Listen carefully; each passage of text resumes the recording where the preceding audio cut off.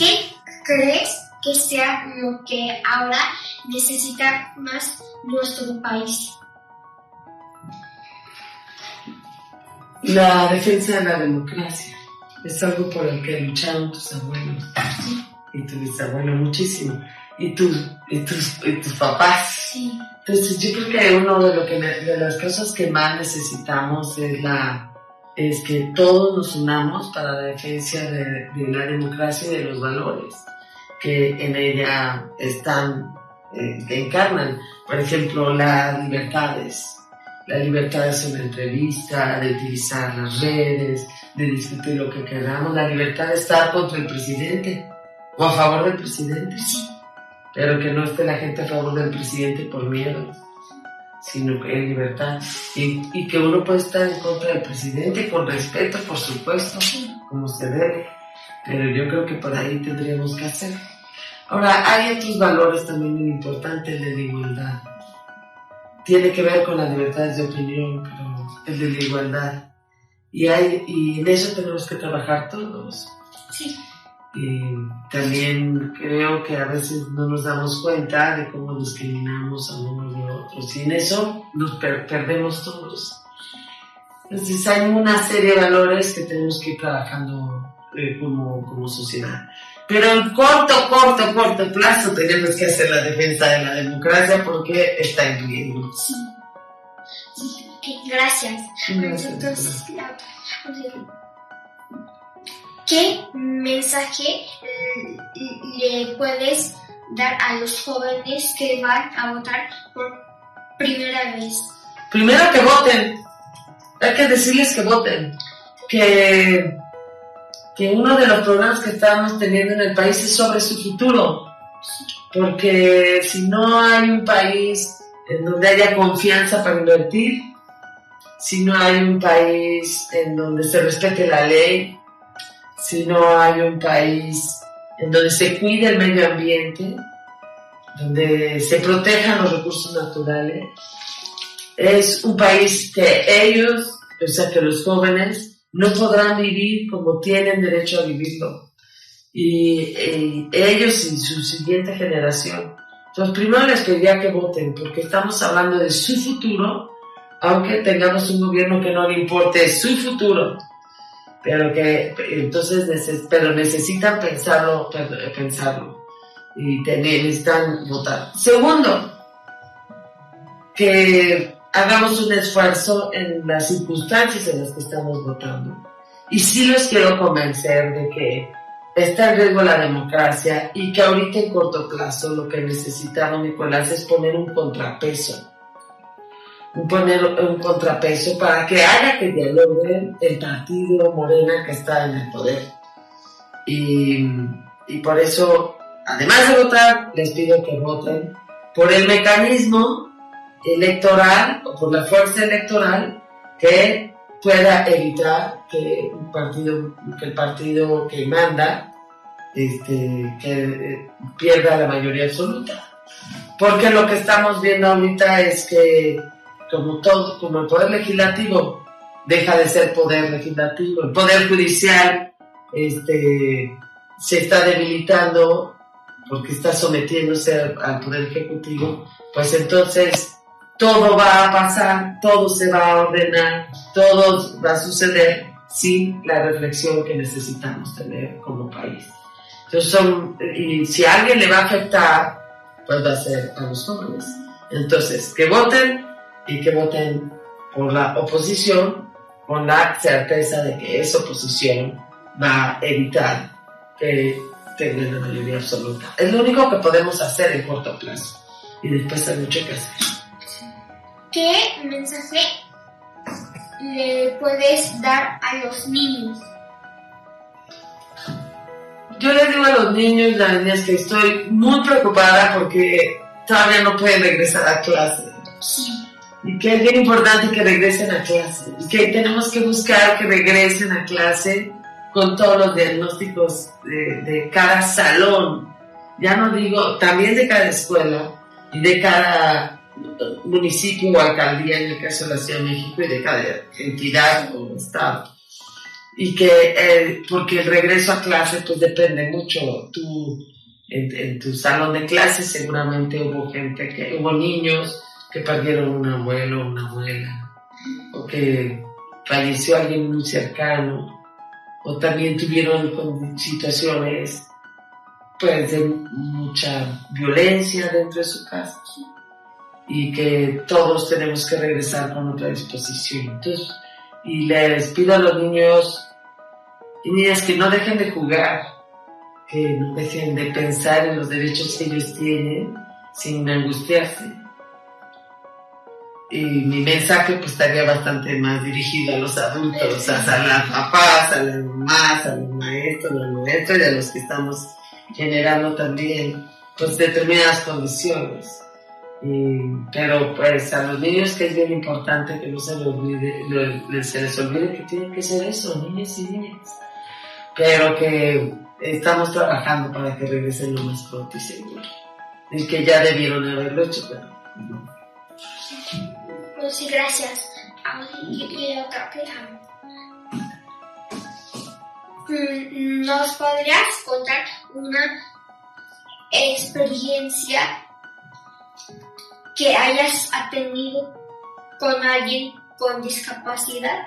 Pues afortunadamente muchísimas experiencias que tengo. Es un tema que me gusta mucho porque en términos políticos una sociedad también se mide por la manera en que incluye. Y para incluir no solo basta que una persona con discapacidad motriz física tenga una silla de ruedas. Necesitamos que la silla de ruedas pase por los salones de clase sin ningún problema, que pueda llegar al salón de clase, que los niños que estén ahí no describan a su compañero por su discapacidad, sino por quién es. Nos falta mucho trabajo los adultos. Y entonces, a ver, unas muy bonitas. Yo aprendí de Alicia Molina, que es una mujer que conocí hace muchos años, porque yo he trabajado mucho en el tema de personas con discapacidad, y que aprendí a una frase muy bella, que a las personas con discapacidad había que amarlas no por su discapacidad, no a pesar de su discapacidad, sino amarlas. Y la inclusión es así. No tenemos que incluir a alguien por su discapacidad, ni a pesar de su discapacidad, sino incluirla. Y te voy a contar algo súper cercano ahorita, que tengo a mi hija María, una mujer sensible. Estaba muy chica. Y entonces, yo tengo una hijada que quiero mucho, que tiene parálisis cerebral. Y se llama María Fermina. Y yo soy su madrina de bautismo. Y un día le confesé a mi hija, que estaba muy chica, que dije, ay, voy a rezar, pues para que no tenga ya parálisis cerebral, o para que sea menor el sufrimiento. Y se me quedó viendo y me dijo, ella es así. Entonces me di cuenta que María había hecho lo que yo decía en frases. Quería a María Fermina, no por ni a pesar, sino María Fermina. Sí. Y me dio la gran lección de mi vida. Mi hija tenía como 12 años. Por eso me dio tanto gusto que María Fermina escogiera de madrina de primera comunión a María, mi hija. Y pues a mí esa ha sido como la lección de mi vida. Otra, también una vez que estábamos en un evento de niños con discapacidad y pasó un niño con una discapacidad mental y pasó a hablar. Y entonces todos estaban preocupados, la mamá, los que habían organizado el evento, la secretaria de trabajo, etcétera, los de la secretaría de trabajo, a la hora de él de hablar, y entonces que dijeron unas cosas y que no sé qué, que total era tal su presión que no podía hablar. Entonces me paré y le dije, Y todo el mundo ahí aplaudía así como si se tratara de lástima. Y él, por supuesto, que entendió que no había podido hablar y no, en el aplauso así como que dijo, no, ni se haga, no puedo. Entonces le dije, no, regrésate al micrófono. Entonces me paré y empecé a hacer preguntas, que puedo hacer algunas. Y le dije, oye, entonces tú trabajas porque es un evento de inclusión, ¿no? Y dijo, sí.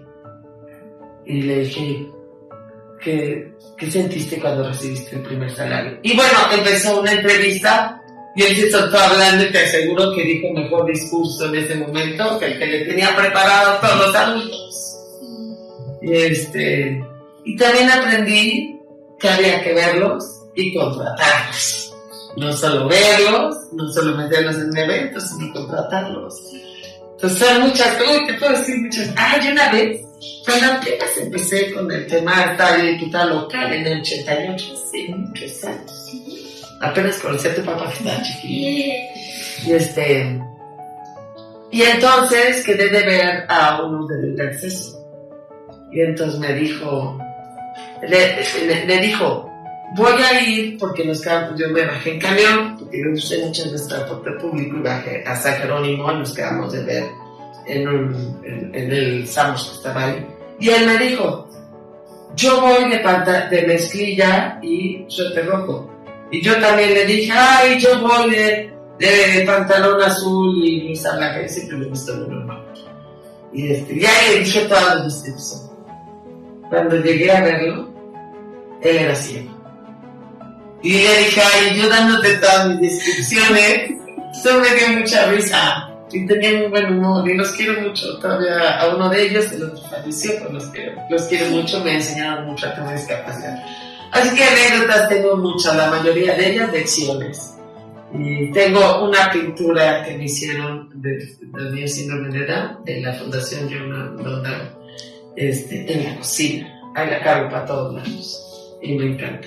Así que afortunadamente he tenido muchas y también muchas personas que no han tenido discapacidad y que han trabajado con personas con discapacidad y me enseñaron a incluir siempre y lo mucho que nos perdemos cuando no incluimos y discriminamos. ¿Qué consideras que se puede hacer en México en temas de inclusión?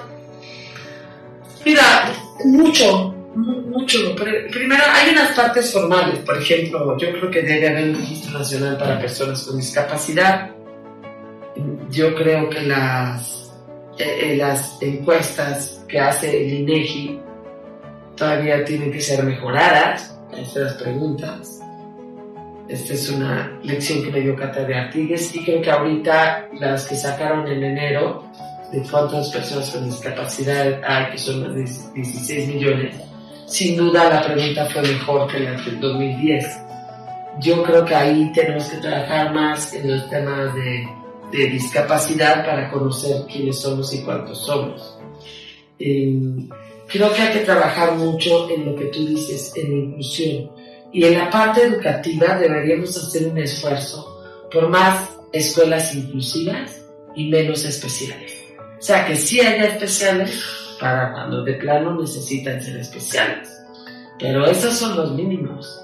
En realidad debemos trabajar más para que haya escuelas inclusivas en donde todos aprendan, no solo el salón que tiene una persona un niño con discapacidad, sino todos.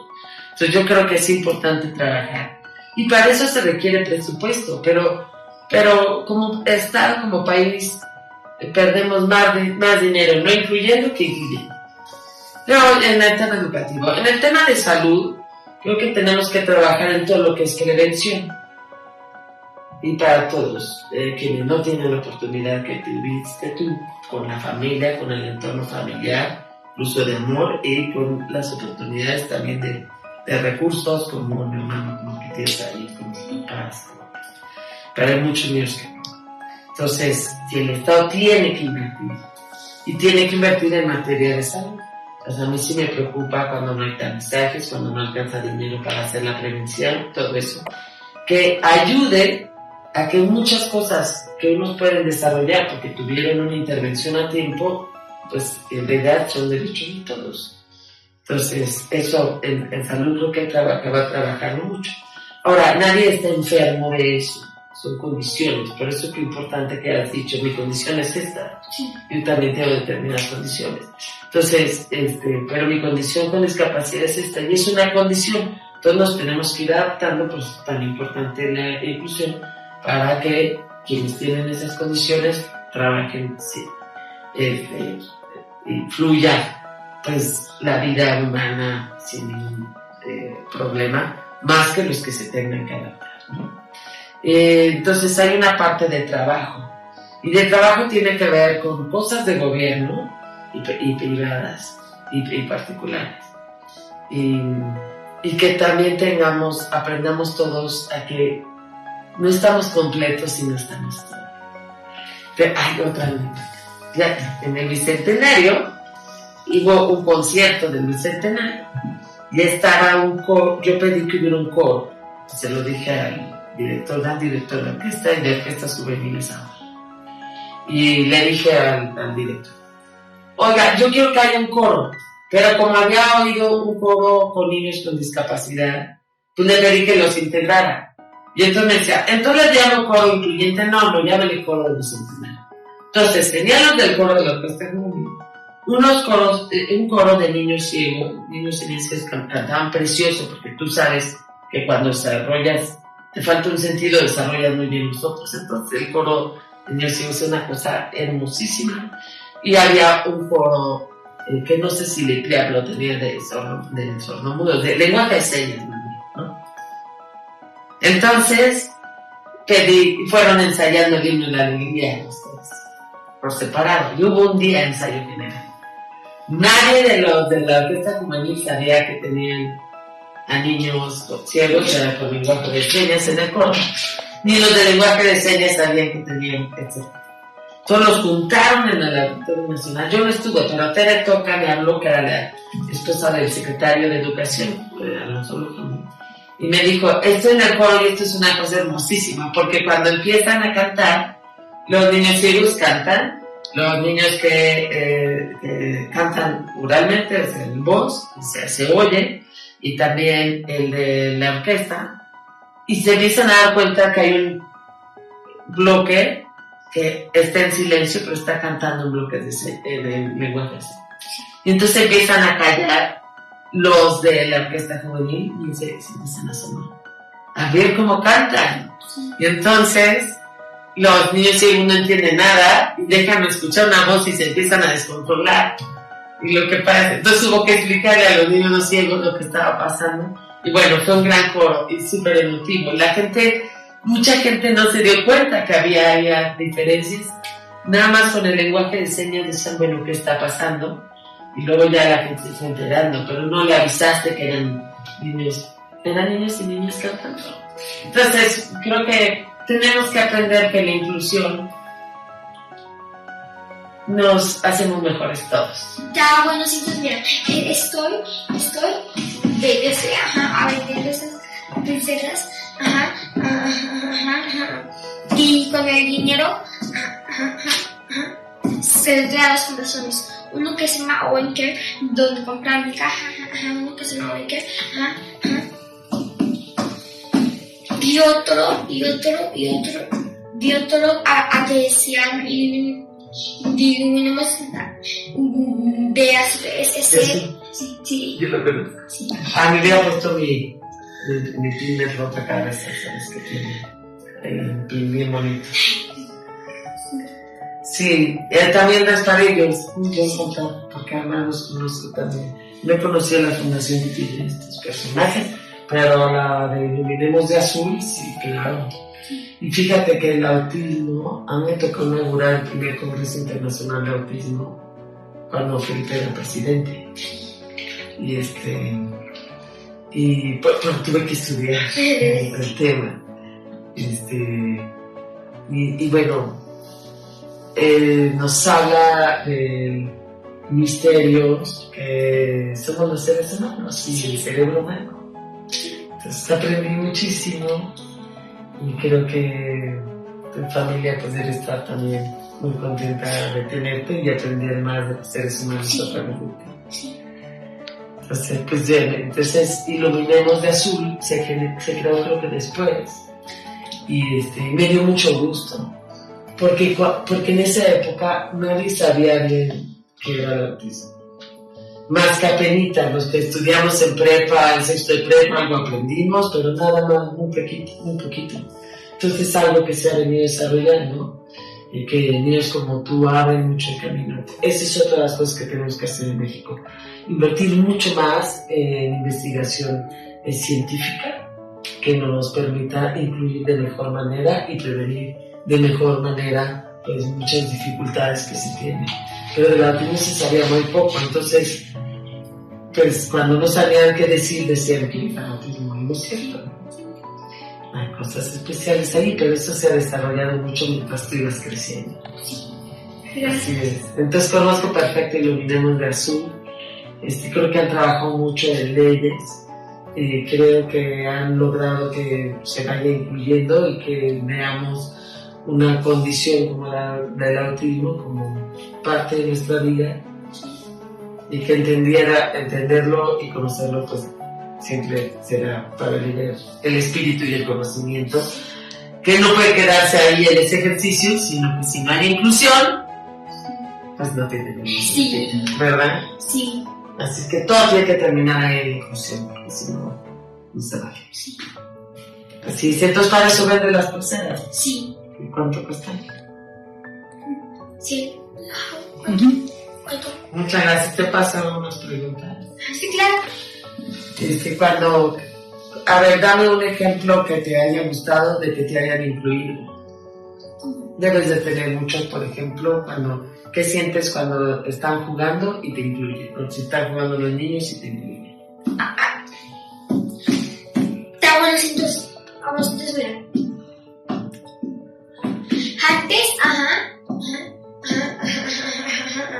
Antes de la pandemia del COVID, y entonces de mi escuela, muchos niños no me incluyeron, pero hay otros niños sí que son a muy buena onda y que me incluyeron. Y entonces cuando me incluyen siento felicidad y también como que tengo más amigos y también que puedo jugar con mis amigos. Sí, así nos pasa a todos, sí, ¿eh? Sí. Cuando nos incluyen nos sentimos bien, cuando nos excluyen nos sentimos mal. Sí. Entonces, pues eso está muy bien. Y ellos también, suele ser la gente que incluye, que sabe incluir gente con más instrumentos para ser feliz. Sí. Esa es la verdad. Sí. Entonces, pues, obviamente con los que te incluyes, pues eres más feliz, cualquiera va a ser más feliz con niños que sepan incluir. Sí. Entonces, ¿y cómo te imaginas más grande? ¿Quieres trabajar? ¿O quieres dedicarte a entrevistar?